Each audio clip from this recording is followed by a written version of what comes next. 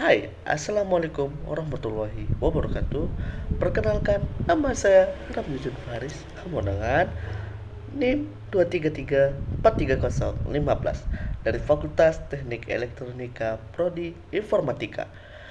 Dari ini kita akan mempelajari tentang analisis strategi kewirausahaan. Itu dari mata kuliah pengantar kewirausahaan. Oke, sebelum itu kita ke pendahuluan dulu ya. Pendahuluan dulu.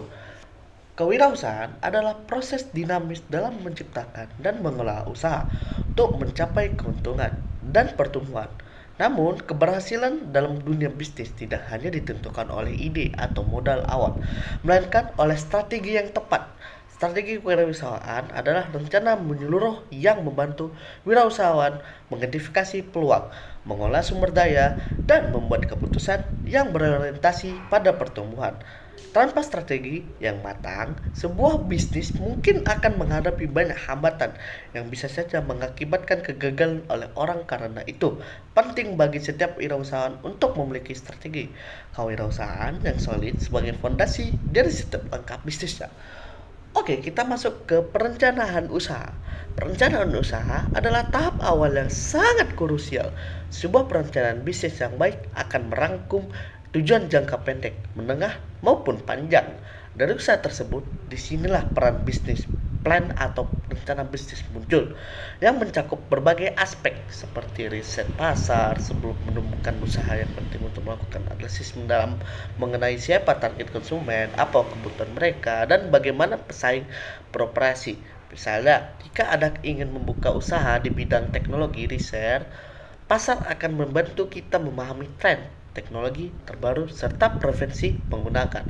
Baru ada analisis SWOT, strengths, weakness, opportunity, and risk. Analisis ini digunakan untuk mengevaluasi posisi kompetitif bisnis. Misalnya, usaha di sektor makanan misalnya, mungkin memiliki kekuatan dalam kualitas produk, tetapi mungkin memiliki kelemahan dalam hal pemasaran digital. Perencanaan bisnis juga berfungsi untuk mengidentifikasi sumber daya yang dibutuhkan, baik dalam hal keuangan maupun tenaga kerja, menyusun strategi operasional dan jadwal jelas agar pelaksanaan bisnis berjalan efektif. Contohnya, sebuah startup yang bergerak di bidang aplikasi kesehatan mungkin memerlukan rencana detail untuk pengembangan teknologi, pengujian produk, dan peluncuran ke pasar. Tanpa perencanaan yang matang, startup tersebut akan kesulitan menjalani operasional sehari-hari dan bersaing dengan perusahaan besar yang sudah lebih mapan. Pengelolaan keuangan. Salah satu tantangan terbesar bagi kewirausahaan adalah pengelolaan keuangan. Dengan bijaksana, pengelolaan keuangan bukan hanya tentang mencatat pemasukan dan pengeluaran, tetapi tantangan bagaimana memaksimalkan penggunaan modal untuk pertumbuhan usaha. Ada beberapa aspek penting yang harus diperhatikan dalam pengelolaan keuangan. Sumber dana, apakah usaha akan diadani melalui modal pribadi, pinjaman bank, atau investor terkenal?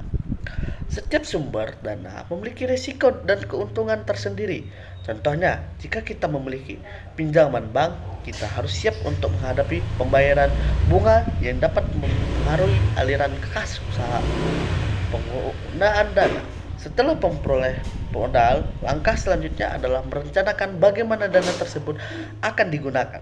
Misalnya, seorang pengusaha restoran mungkin akan mengalokasikan sebagian besar modalnya untuk peralatan dapur dan renovasi interior, sementara bagian lainnya digunakan untuk pemasaran dan pelatihan karyawan. Manajemen arus kas.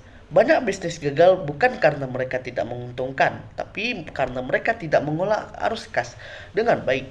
Ini termasuk memonitor kapan pemasukan datang dan kapan pengeluaran harus dibayar, sehingga bisnis tidak akan kehabisan dana di tengah operasional.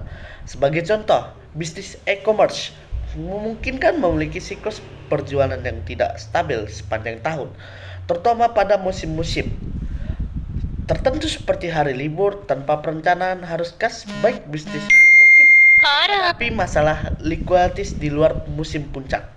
Strategi pemasaran. Strategi pemasaran adalah alat ukur utama yang digunakan untuk mempromosikan produk atau jasa dan menarik konsumen. Tanpa strategi pemasaran yang efektif, bisnis akan kesulitan untuk tumbuh dan menarik pelanggan baru. Ada beberapa elemen penting dalam strategi pemasaran. Satu, riset pasar. Mengidentifikasi kebutuhan konsumen, kebiasaan membeli, serta preferensi pasar adalah langkah awal dalam menyusun strategi. Pemasaran sebagai contoh, jika sebuah perusahaan menjual produk kecantikan, riset pasar dapat menunjukkan bahwa konsumen lebih tertarik pada produk yang alami dan ramah lingkungan. Kedua, segmentasi pasar.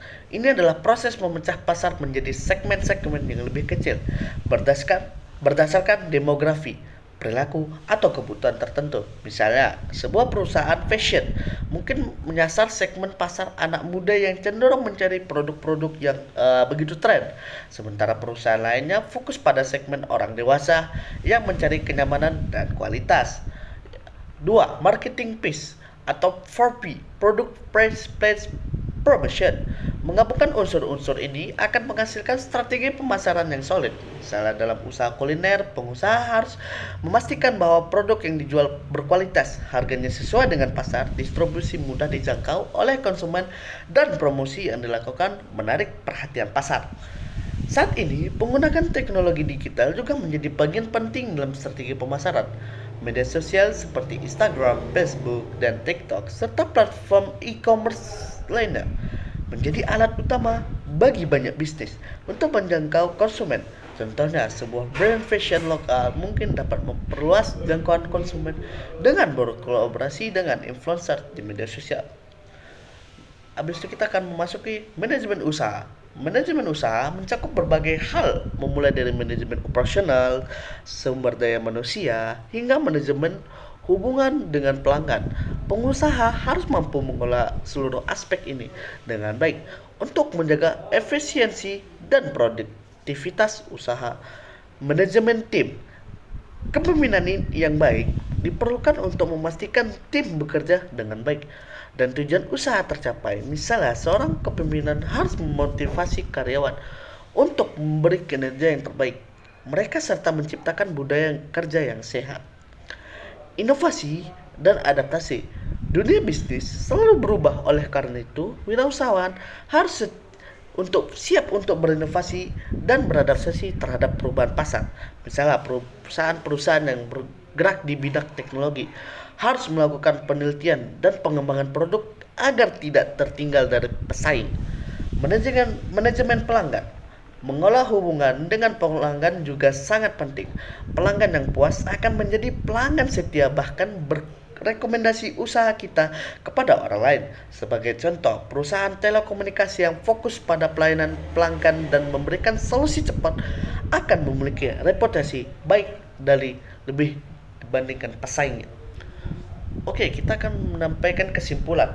Dalam dunia kewirausahaan, strategi adalah kunci keberhasilan. Perencanaan bisnis yang matang, efektif untuk pengolahan keuangan, pemasaran yang tepat, dan manajemen usaha yang efisien, semuanya akan harus terintegrasi dengan baik agar usaha dapat tumbuh dalam jangka panjang. Strategi kewirausahaan yang baik memungkinkan wirausahawan untuk mengambil keputusan berdasarkan analisis yang terdapat risiko dan menghindari risikonya tersebut dan memanfaatkan peluang yang ada. Dengan demikian, seorang wirausahawan dapat menciptakan nilai tambah bagi bisnis mereka, menarik pelanggan, dan mencapai pertumbuhan yang baik dan berkelanjutan. Sebagai pengusaha, tidak hanya penting memiliki ide yang inovatif, tetapi juga untuk memiliki rencana yang solid dan kemampuan untuk mengeksekusi rencana tersebut dengan baik.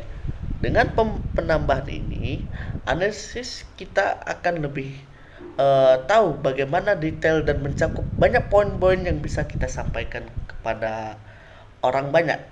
Terutama kita untuk strategi-strategi itu sangat penting untuk kita, karena kita tidak tahu bagaimana kita akan sukses ke depannya. Maka dari itu, strategi sangat penting dalam kewirausahaan. Seperti yang dapat kita simpulkan kan di sini ada manajemen pelanggan. Dari situ kita akan menarik pelanggan dan membuat usaha kita bagaimana kita mengolahnya dengan baik. Oke, begitu saja kesimpulan kali ini. Jika ada kesalahan kata mohon maaf. Pada Allah saya mohon ampun.